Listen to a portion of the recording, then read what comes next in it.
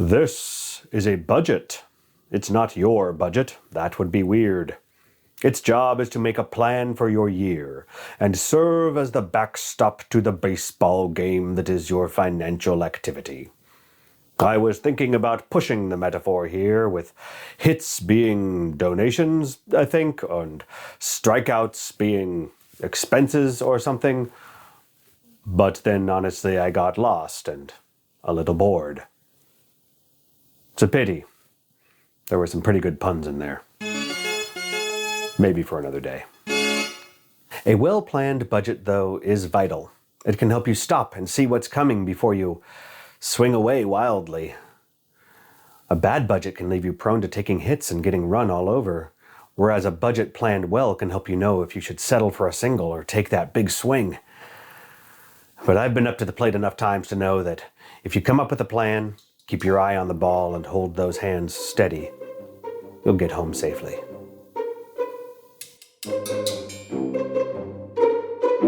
Hey, welcome back to the Nonprofit CFO. On this channel, we don't usually talk about baseball, but instead look at nonprofit finance topics and highlight them with a real-life story. We look at those together to see what it is that we might be able to learn. Let's jump into it. In 2025, the Oklahoma State Legislature voted overwhelmingly to remove the director of the Department of Mental Health and Substance Abuse Services for repeated failure to stay on budget. A state audit found that the department had been overspending its budget for years, eventually falling short more than $30 million. Legislators were caught off guard, and then they acted swiftly. That year, the state announced that it would not renew hundreds of contracts in order to make up the budget shortfall that it faced. The agency had run out of money. The result of this budget fiasco was real pain for nonprofits down the line. Carrie Blumert became the CEO of one of these nonprofits, Mental Health Association Oklahoma, in September of 2024. Less than a year into her new post, her organization unexpectedly lost almost $700,000 in state funding. A program called Creating Connections had to be completely eliminated. For nearly 25 years, it had provided resources, case management, and education to people living with mental illness. Carrie Blumert told reporters it helped people who were stable, and stay independent, and stay housed. Those people still needed help, but because the funding disappeared overnight, MHA Oklahoma couldn't find a way to save it. Today we're talking about nonprofit budgeting, how to build one from scratch, what it should contain, and maybe most importantly, how a well-built budget may help protect you against some of the shocks that an organization like Mental Health Association Oklahoma had to endure. Real quick before we get into the mechanics of this, MHA Oklahoma didn't do anything wrong here that I can tell. I don't know that they built a bad budget. Their people were showing up, they were running their programs properly. They were and are an important part of their community. From my perspective, they should have been able to budget in those government contracts. Then a decision made in a state budget office, because of an agency's own financial mismanagement, took $700,000 of their funding away unexpectedly. It was budget dominoes. Unfortunately, even with a sound budget, you can't control what your funders are going to do. What you can control is whether your organization is financially sound enough to take a blow like that and keep on going. That foundation starts with your budget. The Oklahoma agency that screwed up had, by its own admission, been overspending for years. One staff member said, quote, "We've been overspending budget for like 10 years. They added, "It's a difficult problem to solve." You think? In spring 2025, those financial difficulties became a crisis when the organization revealed that it would be $30 million in debt that year. And then the axe fell. The new interim commissioner announced that 312 of 573 programs would not be continued.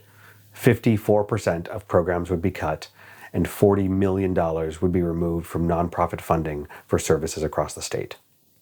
Carrie Blumert told KOSU, the Oklahoma NPR affiliate, "It's like an anxious buzz in the back of your brain, saying that I could do everything right, and still could get a letter one day saying our funding had been cut."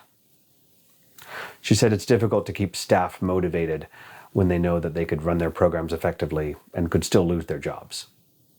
And that is the honest reality of running any program that relies heavily on government funding. You can be excellent. Your program can be sorely needed. You can be doing a great job. You can report everything perfectly. And then a budget crisis or state funding priorities or something that happens on the national level changes, and still you're out of a job and your program is cut. I'm not saying it's a unique problem to this budget discussion we're having, but it still sucks. I am not saying don't pursue government funding, of course. We need them and they need us. But let's talk about the risks. Let's, where we can, build budgets that will insulate ourselves against some of these risks. Let's diversify our revenue sources when we can. We can start small, but we do need to start.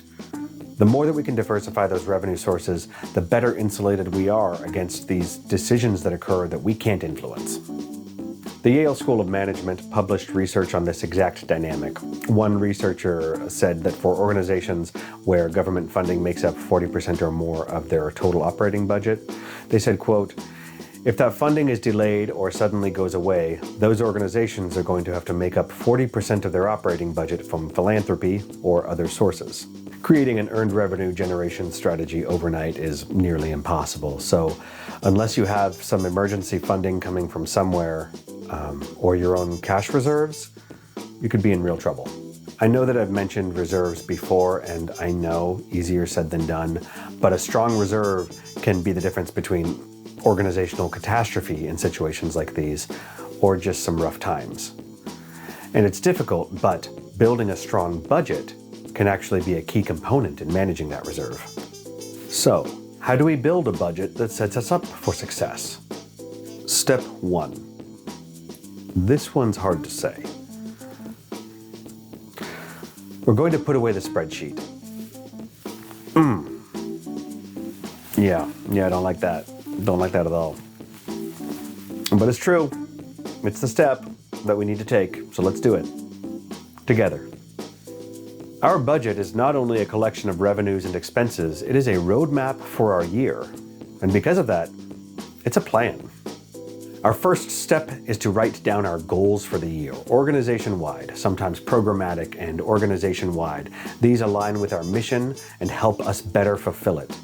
We start big and we ask, what programs are working very well? What do we want to improve?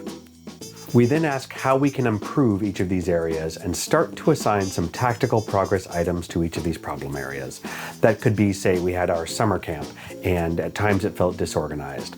Well, one of our tactical progress items that we could employ is additional staff time or a change in venue. Each one of these items we can put onto a list and we can start to assign dollar values to those individual tactical progress items that can help us address these problem areas. And later on, when we go to put numbers into our budget, these tactics are what we can start to take a look at. However, if we skip this first step of using words and writing down what these goals are, we can end up with a budget later on. We will end up with a budget later on, but it may not be one that really fulfills our mission. Step 2 is to project your revenue. When you know what you're going to bring in, you'll know what you have to spend. This is when we are realistic, not pessimistic, but also not optimistic. Go through every source of income that you expect in the coming year. Grants already confirmed, include them. Renewals with a strong track record, probably include them. New grant applications with no prior relationship, be conservative. Assign a percentage of likelihood for each. Throw out any that are 25% or less likely. Just let them be a nice surprise. Then take an average of the rest, round down again, then add that figure to your budget. And here is where you want to be very conservative, because after you're finished calculating your revenue, you're going to be building an expense budget where you will spend most of that revenue. And while the expenses, for the most part, will be confirmed, your revenue will remain speculative. Also, and this connects back to an earlier episode about restricted funding, note how much of your revenue is likely to be restricted and how much of it is likely to be unrestricted, because a strongly positive revenue budget can still leave you cash poor. So when we create our budgets, we also want to pay attention to cash. Let's make a 12-month version of the budget and look at when expenses are likely to hit, when revenue might come in, and that will show us the peaks and valleys of our cash position, which can be difficult to deal with on its own, so we want as long a lens on that as possible. Step 3, plan your expenses. I recommend budgeting expenses in 2 buckets. One is organizational costs. Your fixed or near fixed overhead, your staff salaries and benefits, rent, insurance, technology, accounting, the costs that are relatively predictable and don't change dramatically based on what programs you're running. These are your baseline, your floor below everything else. The second is your program costs, which are slightly more variable typically. The variable expenses tied directly to delivering your mission, contractor fees, program expenses, event costs, direct service costs, offsite rent. These tend to fluctuate based on what programs you're running or what capacity you're at in a given year. In step 4, we bring it all together, revenues and expenses. The expenses will usually, in our first draft, well outpace our budget. So now is when we really get to work. Here is where we review our revenue projections for accuracy. We take a look at our formulas, make sure everything is adding up correctly, that we didn't miss anybody. What we are not doing here is goosing up those revenue projections because we need to cover our expenses. Doing that will not work. It will break your organization. All you'll be doing is kicking a can down the road later and doing your future self no favors. Once we've determined that our revenue projections are at a place that we can live with them, now we're taking a look at reducing our expenses. Or if the overspend here is strategic, which it can be, then this is where we would draw from our reserve fund to pay for them. I'll touch on this idea just briefly. You can craft a purposeful deficit budget, and it doesn't mean that you've failed in some massive way. If you have a reserve from which to draw, then you can sometimes borrow from your own reserve to invest into revenue generating areas that will eventually pay themselves back in a couple of years. And by doing that, usually if it's successful, you've increased your total service capacity, sometimes even your net revenue, and you've had major success. Of course, the flip side is that all investing has risk, and sometimes those investments don't pay off, in which case all that you've done is blown through your reserve, and now you're starting over again. But to get to the point where you can utilize your reserve, you have to have one. I recommend a 3 to 5% budget surplus each year, and you build that up year after year until you've reached 3 months of operating activity. That's generally our goal for our cash reserve. 6 months is even better, but let's go for 3 months as our starter, and then potentially up to 6. Once you get beyond that, you really have to start making decisions about cash investments in terms of that cash isn't doing a lot for you, so sometimes it can be working harder by being invested in some other meaningful way. So yes, build that reserve year by year, even when it's hard, especially when it's hard. The Association of Fundraising Professionals describes a reserve fund as providing, quote, programming continuity. With access to a reserve fund, you can continue providing key programming and serving beneficiaries even during financial disruption. Mental Health Association Oklahoma had to eliminate creating connections when its funding was cut. Now, the wise decision in the wake of funding catastrophe may not be to spend down your reserve and instead make these difficult decisions. But as an organization with a reserve, you have options. And sometimes that reserve is there to buy time. Buy time to make another appeal. Buy time to make cuts. Buy time to alter programming. That time is paid for in advance, year by year, with a small surplus. In my budget step-by-step earlier, I listed section 1 as numbers free. I don't like it, but I'm living with it day by day. But the reality is that it actually contains a secret. That's that numbers free section leads to my favorite part of the budgeting process. You want to know what it is? Every budget becomes a strategic plan. I use a process called planning by budgeting. It's so concrete and understandable, it should be illegal. What we're doing is going line by line and making decisions about the entire year. Then by the end of it, we have a roadmap for 12 months. Now you see that column, 12 months, it's our plan. What happens if we add a column to the right? Let's just try. Well, that's interesting. That looks like year 2. If we start to then fill in some of those numbers, we're not going to have as much information about it. It's 2 years away, but it's fine. We'll throw in some guesses, and that'll probably be okay. Also, and this is where it gets really fun, do you remember that staff position that you had to cut because this year's budget couldn't afford it? Why don't you go ahead and toss it over there into year 2? Plenty of room over there. Do you remember that corporate giving program that's going to take another year to get really up off the ground? Well, by year 2, there's some revenue there. That should pay for that position, huh? You ready to get really wild? Add a third column. I know, it's getting crazy, but you can go with me. This is a safe space. You fill in that third column. Step back and take a look. Suddenly you have a 3-year plan. Oh, it's all in there. Those revenue centers that you need to grow, the staff positions that you're adding, the programs that are not a growth priority, and those that are. There it is. For next year's budget, once it is approved, this is now a great management tool, and it will do work for you. Compare your revenues and your expenses to your budget actuals throughout the year. Tucker Business Services helps nonprofits build realistic budgets that become the backbone plan for organizations for years to come.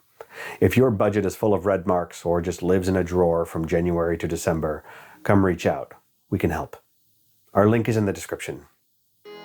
A budget is not busy work.